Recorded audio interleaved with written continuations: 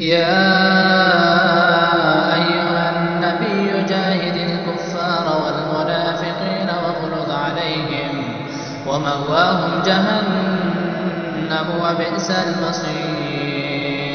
ضرب الله مثلا للذين كفروا امرأة نوح وامرأة لوط كانتا تحت عبدين من عبادنا صالحين فخانتاهما فلم يغنيا عنهما من الله شيئا وقيل ادخلا النار مع الداخلين.